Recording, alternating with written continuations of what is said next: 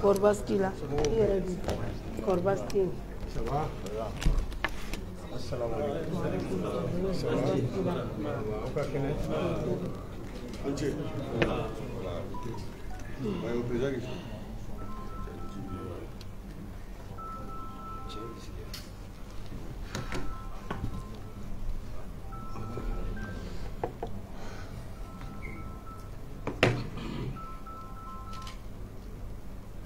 Allô?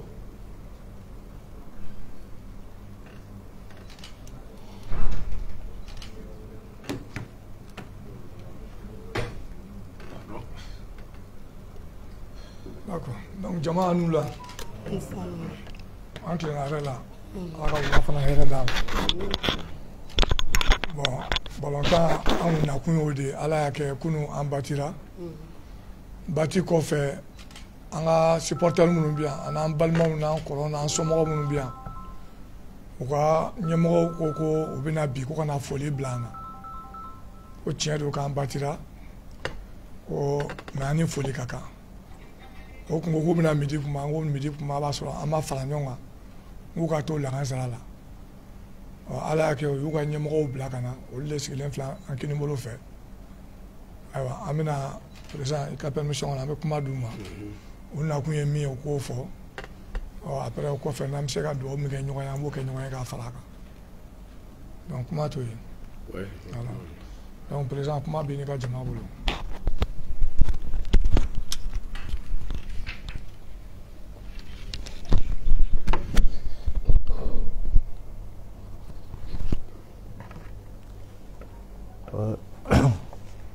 Assalamu alaikum. An kilena yɛrɛ la ala k'an si yɛrɛ la ala k'an ka fɔtaw kun ɲɔgɔn na donc ne an ka commission an commission dɔ sigi yan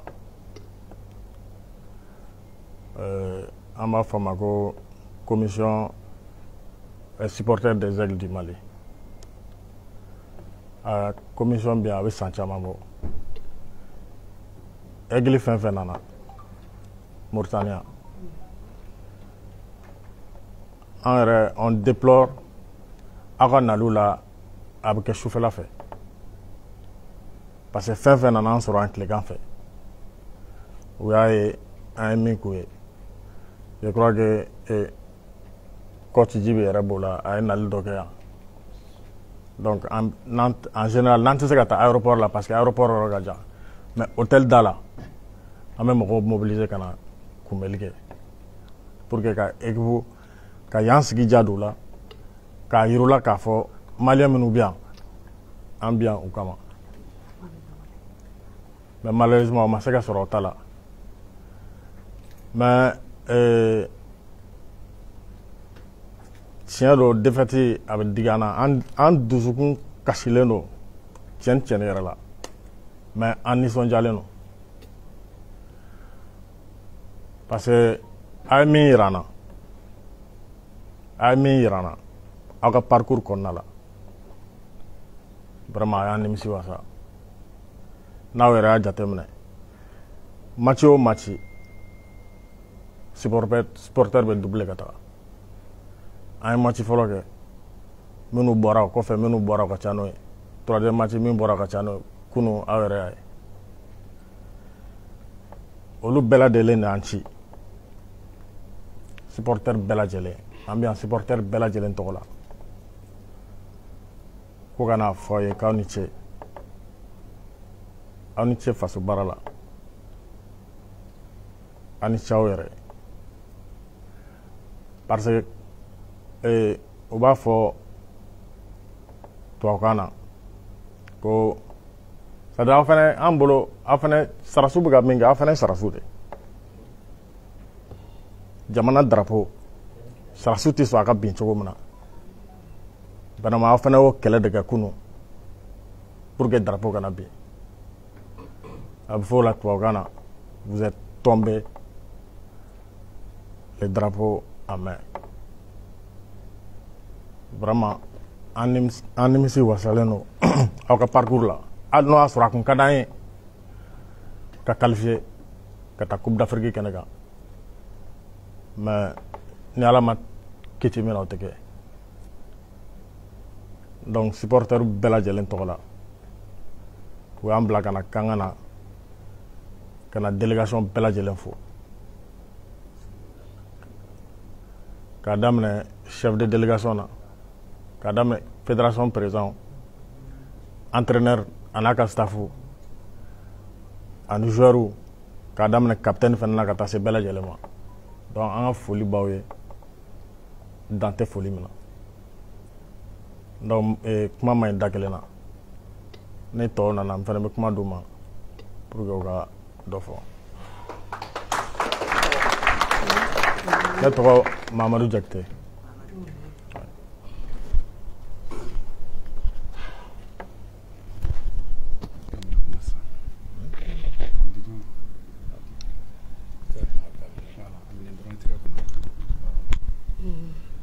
Assalamu alaikum. Ne tɔgɔ Kaja Kulubali. Délégation fɛn fɛn nana ka bɔ Mali la, an ka foli b'u bɛɛ, aw ɲuman nana, Ala ka segin n'aw ɲuman ye. Aw ɲuman nana ka bɔ ka denbayaw la, Ala k'aw ɲuman segin. Ala kana foyi foyi k'aw la. An nisɔndiyalen don vraiment depuis u nana joueur nana mɔgɔ b'i ta la, Ala b'i ta de kɛ o. U dan yɔrɔ de kun ye yan o. N'o tɛ ka f'u ma joueur a tun ka d'anw yɛrɛ ye an coupe ka segin an faso la. Yirikuru mana mɛn ji la cogo o cogo a tɛ se ka kɛ bama ye. Anw ye maliyɛnw de ye, an bɛ aventurer de la. Mais wallahi hali n'anw ka joueur nana yan nɔ hali su 4h du matin n'a fɔra an ka bɔ ka t'u supporter an bɛ bɔ an bɛ t'u supporter. Ne kelen tɛ muso ye nin kɔnɔna na. N baarakɛɲɔgɔn bɛ n'o ye n jɛɲɔgɔn ye Ami Siribe. Ale bɛ baara kɛ ambassade ka secrétaire don. N b'a dɔn don a y'a sɔrɔ yen. A fana ko k'a ka foli ci lase aw ma. I y'a faamu ale ma se ka yan sɔrɔ. Ninnu ye baara min kɛ kunun an bɛɛ y'a ye kɔnɔdimi tɛ ɲɛdimi de don.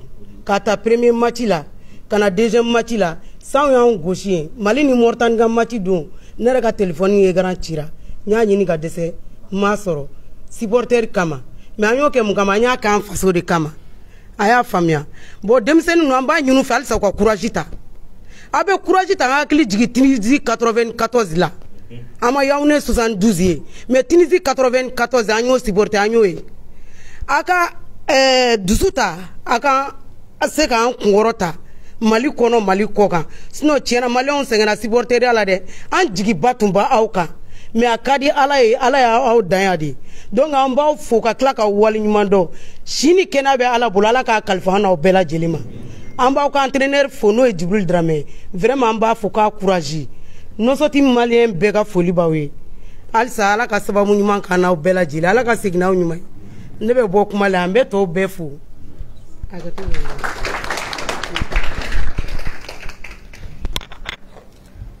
entraîneur ye Demba Traoré de ne ye chef de délégation mais n yɛrɛ fana ye entraîneur ye après an bɛ présentation bɛɛ bɛ présenter aw la n'Ala sɔnna awa ni dɔw mɔgɔ kelen wɛrɛ kuma ou bien a ka ɲi bon Sidiki k'i ka kuma ta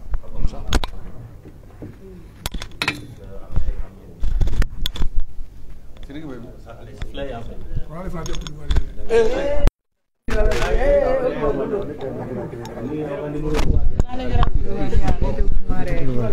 Kulubali mais nga micro bi la de bo bo la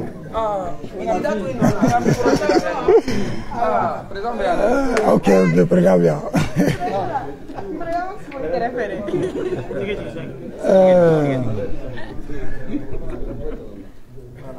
hela bana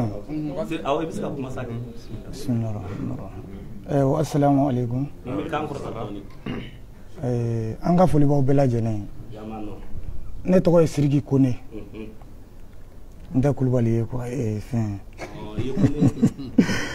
ok an b'aw bɛɛ lajɛlen fo k'a daminɛ an ka ɲɛmɔgɔw la kuma mun kumana ka tɛmɛ Mamadou Jakite Kaja Kulubali an b'u bɛɛ fo ka sɔrɔ ka se an ka chef de délégation ma ka se président ma ka se entraîneur n'a ka jama tɔ bɛɛ lajɛlen ma an y'aw bɛɛ fo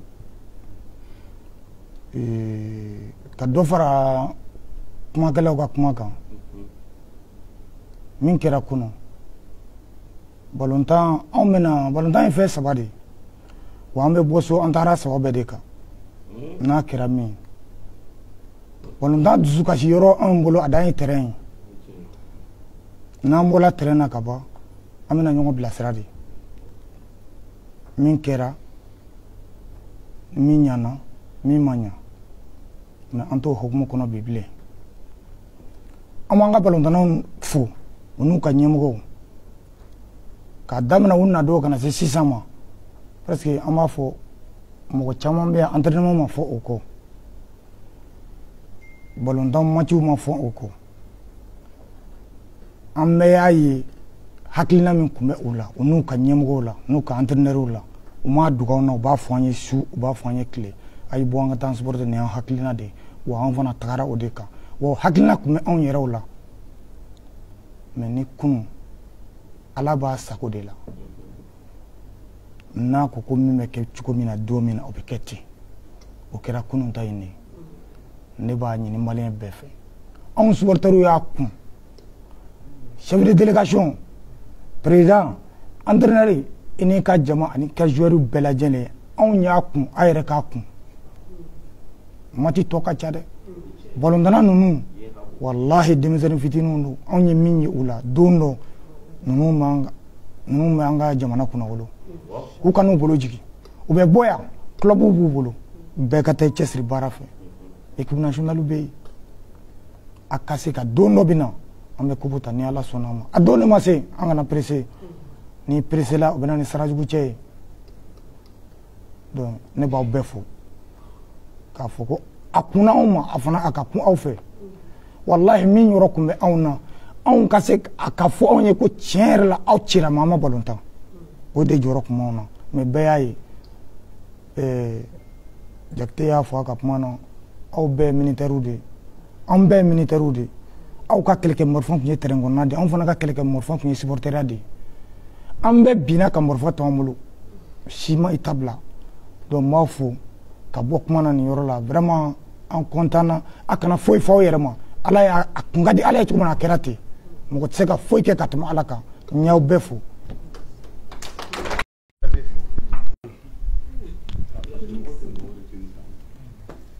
D'accord, donc au kɔfɛ an b'a essayer ka présentation to a la ni présentation bɔra la an bɛ kuma di entraîneur ma ou kuma di capitaine ma maakɔrɔ b'a kun cɛ parce que maakɔrɔkan ye waraso ye an b'a kɛ ten ko di donc an bɛ présentation kɛ ka taa n'o banna an bɛ kuma di degekaramɔgɔ ma après président Yamboso b'a datugu comme ale ka kɔrɔ ni bɛɛ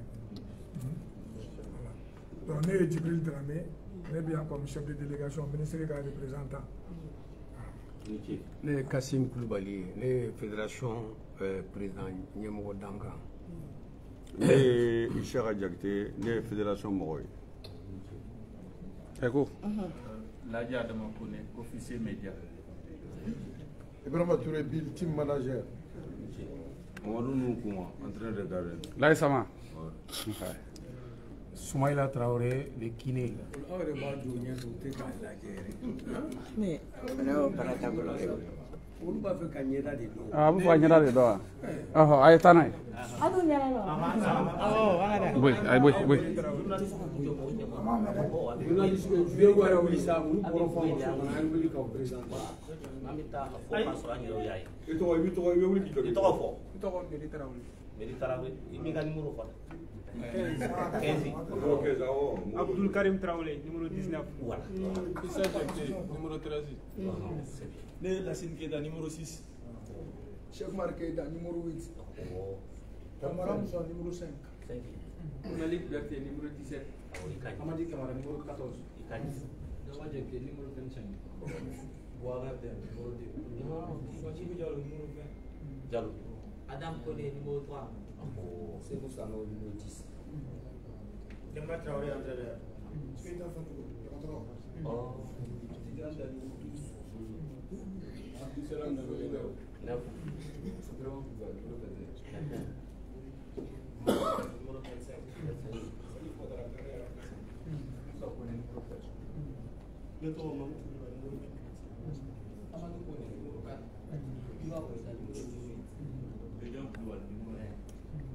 Jacquet, numéro 16.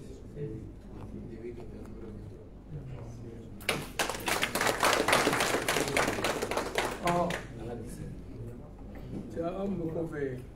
Bakaraba, régulateur physique. Sidi Diallo, entraîneur adjoint. Souleymane Ndiaye, intendant.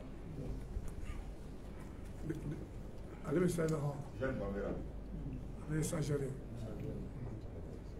Alors, journaliste. C'est vous comme ça, les journalistes, les sorts là. Initié. Malika les sorts. Souleymane Koulibaly, Africa Sport 24, Radio Clé. Initié. Initié.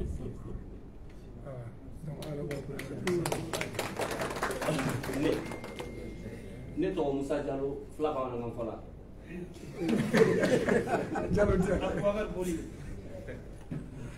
Amola Makasa.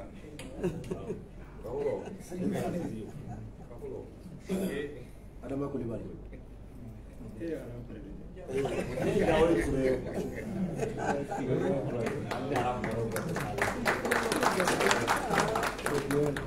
Ne Mamadou Jacquet. Ne Kaja Koulibaly. Aïssa, Kaja Fodro Koulibaly.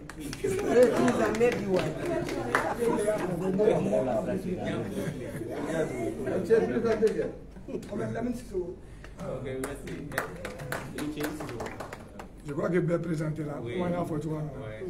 Amina kuma di dige kala mo ma, on a be kuma bi di capitaine na. Bon ngala on nyeme pour la sino nyeme fo etena. Ko muso lo bia ngo so ga do ke. Ale de. Ana to no. Ale je do ngo so ala ba wole ka do kan. Ne to ne o fana be. Donc, de ga mo kuma bi do ni de fo ka mo. Comment c'est là?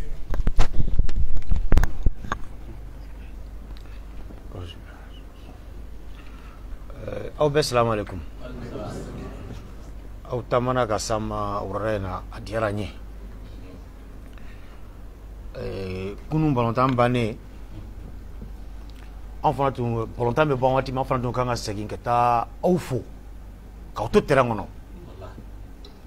a ma kɛ an b'o hakɛto ɲini aw fɛ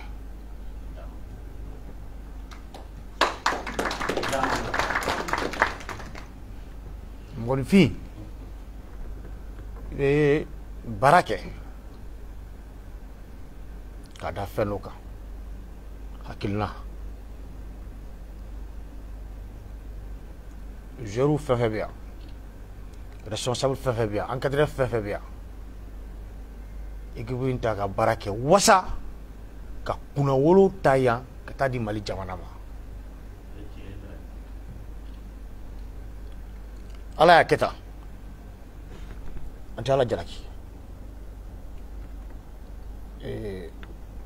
an b'Ala fo k'a barikada ka yafa ɲini Mali jamana bɛɛ fɛ a tu ka d'an ye k'u nimisi wasa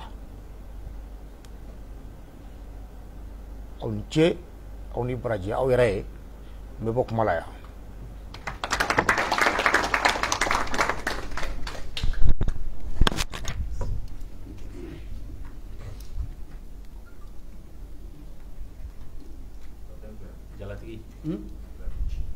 Ala a bɛɛ ɲagamina sisan kapi wo bɛ yan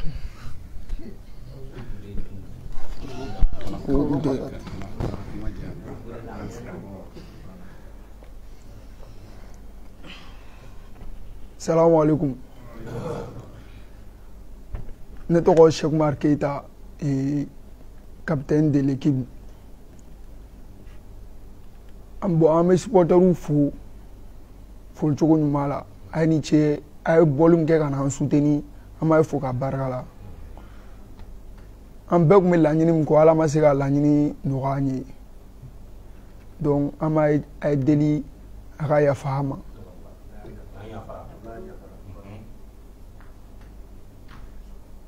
Donc an bɛna essayer ka dɔ fara baara kan ka se ka a ye kunna wolo cogoya min na.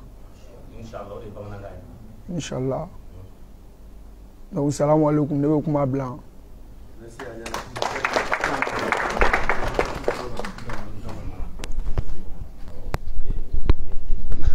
N'a dégagé. C'est mon bon petit. Ah. C'est là qu'on tire là. Voilà. Macro. C'est pas ce que Macron est. Allez, ni andan ko ni.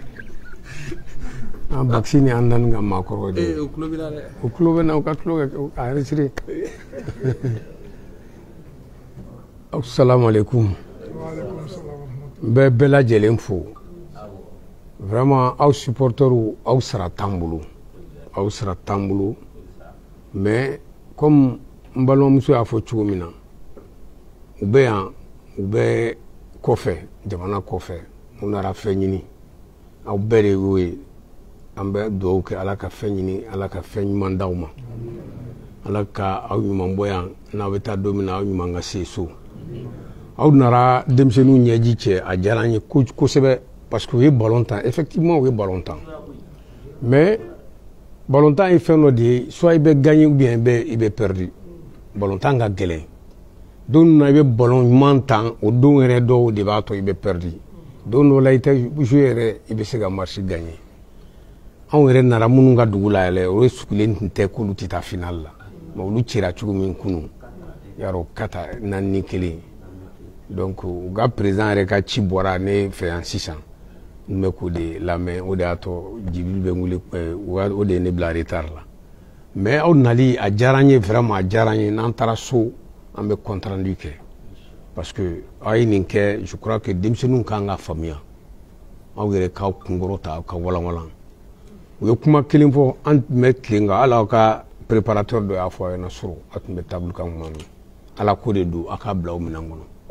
ni ala ye fɛn fɛn don i garijɛgɛ la mɔgɔ si tɛ se k'a bali mais ala de ma sɔn donc a b'a ta a b'a bila o de minɛn kɔnɔ n'aw taara a ye taa baara kɛ a ye baara kɛ parce que damadɔ b'aw la vraiment olu man ka dan sira la balontan in na olu ka baara de kɛ ka taa ɲɛfɛ parce que aigle mako b'olu la aigle A balontanna b'aw la dɛ mais aw bɛ baara de kɛ ni ala sɔnna ma n'aw sɛbɛ don baara ma aw bɛ fɛn min ɲini a b'a sɔrɔ il y a beaucoup d'autres choses championnat caman bɛ yen min ye U23 ye min ye CHAN ye caman bɛ se ka taa équipe nationale wɛrɛ la o équipe nationale dan tɛ U20 dɔrɔn ye o équipe nationale ka ca marche ka ca mais n'aw taara k'aw kun jigin ko parce que aw batira nin na o man ɲi dɛ bɛɛ ko aw ka baara kɛ a bɛ se balontan na donc ne tɛ taa ballon ne tɛ kuma jan fɔ ne ɲɛna a ye kuma in mɛn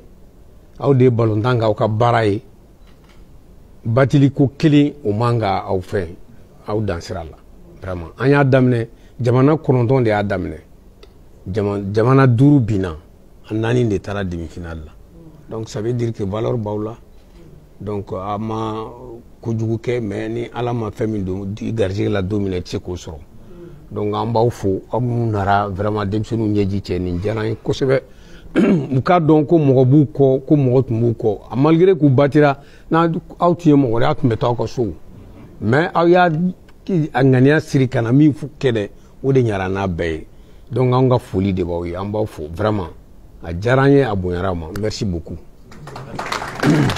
n tɛ fatiya ta